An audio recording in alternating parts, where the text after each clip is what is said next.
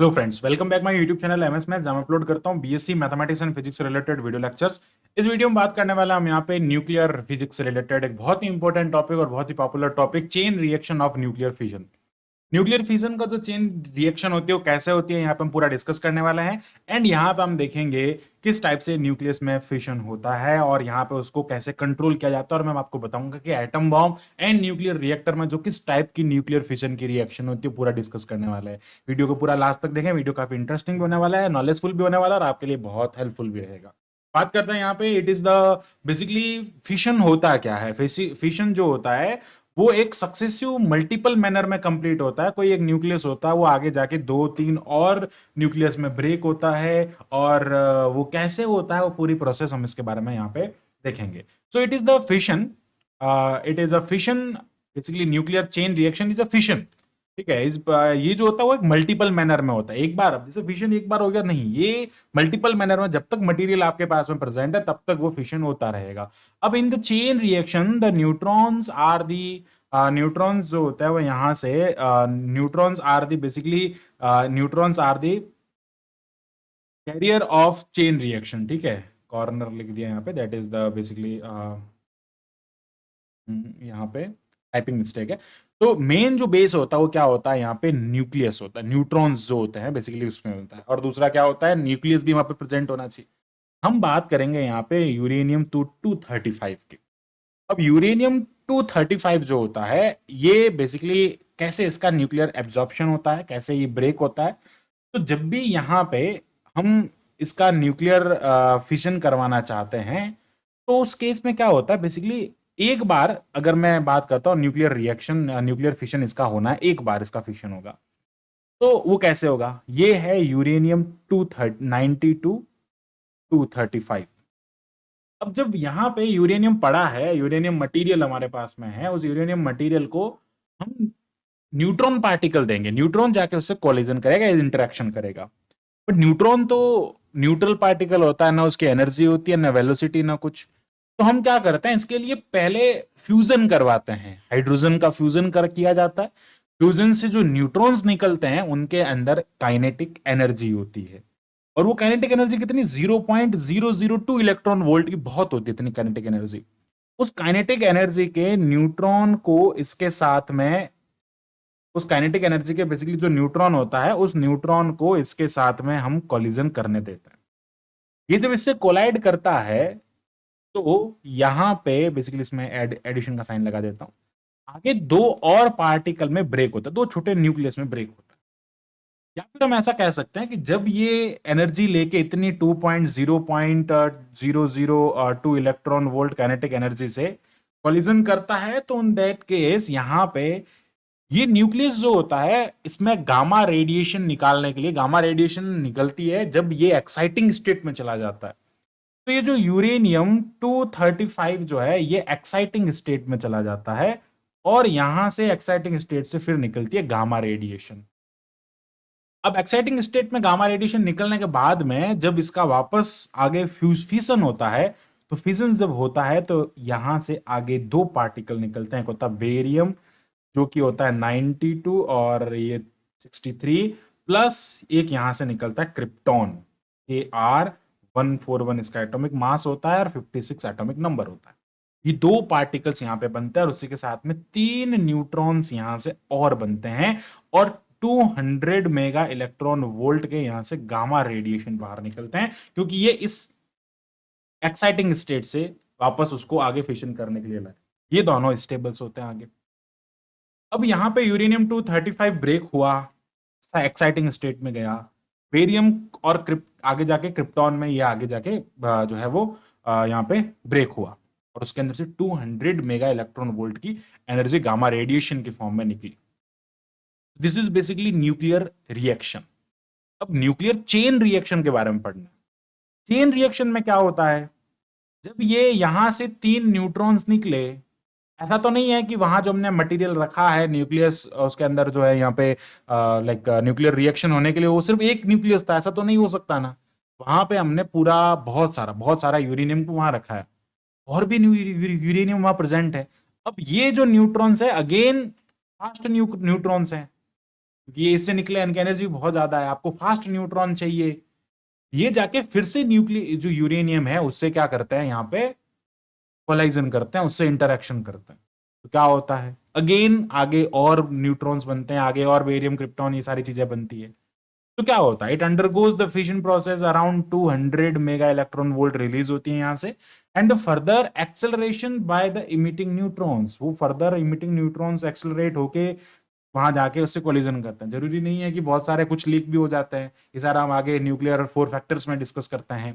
ठीक है, nuclear reaction जो होते हैं 4 फैक्टर्स पे डिपेंड करता है, न्यूक्लियर रिएक्टर में जो रिएक्शन होती है। अब जो एटम बॉम्ब्स होते हैं उसके अंदर जो रिएक्शंस होती हैं उसमें कोई कंट्रोल नहीं होता किसी का। ठीक है, इसलिए वो चलती जाती है, और फिर वहां से जो रेडिएशन निकलती है, वो रेडिएशन जो निकलती है वो गामा पार्टिकल्स, गामा रेडिएशन जो होती है सबसे हाई रेडिएशन होती है। गामा रेडिएशन हाई होती है, अल्फा रेडिएशन की रेंज कम होती है, अल्फा रेडिएशन भी उससे निकलता है, बीटा डीके भी होता है। मेनली जो एटॉमिक, जो मास एटॉमिक जो आपके पास में बॉम्ब होता है, एटम बॉम्ब जिसको कहते हैं, उसके अंदर जो सबसे ज्यादा जो नुकसान होता है, तो एनर्जी निकली, एनर्जी तो कुछ किलोमीटर तक काम करती है, 2 मेगा इलेक्ट्रॉन एक से निकलती है, एक से बहुत सारा वहां पे होता है, एक से निकलने वाली एनर्जी या फिर बहुत सारी एनर्जी वहां पे आ गई तो कुछ किलोमीटर के एरिया में वो नुकसान करेगा। लेकिन जो short range particle, alpha particle हो गया, बीटा पार्टिकल, ये क्या करते हैं, नेचर में जितने भी न्यूक्लियस होते हैं, सारे मटेरियल में न्यूक्लियस होता है, उनको जाके अनस्टेबल करते हैं, फिर वहां से वो रेडिएशन, अल्फा रेडिएशन इमिट करते हैं, वो हार्मफुल होती है। ठीक है, तो ये मेनली खेल किसका, सारा रेडिएशन का होता है इसके न्यूक्लियस रिएक्शन के अंदर। अब बात करते हैं चेन रिएक्शन के अंदर। चेन रिएक्शन के अंदर क्या होता है, अगेन एक न्यूट्रॉन आया, न्यूट्रॉन जो है वो यूरेनियम 235 को हिट करता है, तो क्या बनता है यहां से, बेरियम और क्रिप्टॉन, Ar और बेरियम। क्या निकला यहां से, 3 न्यूट्रॉन पार्टिकल यहां से निकलते हैं। अब ये 3 न्यूट्रॉन पार्टिकल आगे जाके और यूरेनियम 235 जो है, 3 यूरेनियम 235 के न्यूक्लियस को हिट करता है। इसका मतलब क्या हुआ, जब यहां से आगे बढ़ेगा तो एक और 2 बेरियम क्रिप्टॉन यहां से निकलेंगे, और यहां से 3 न्यूट्रॉन्स निकलेंगे, फिर यहाँ पे अगेन ये बेरियम, ये क्रिप्टॉन, और यहां से 3 न्यूट्रॉन बाहर निकलेंगे। हर बार 3-3 न्यूट्रॉन यहां से बाहर निकलेंगे, ये चीज ध्यान रखना।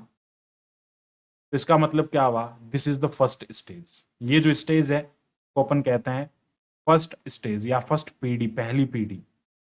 ये होता है सेकंड स्टेज।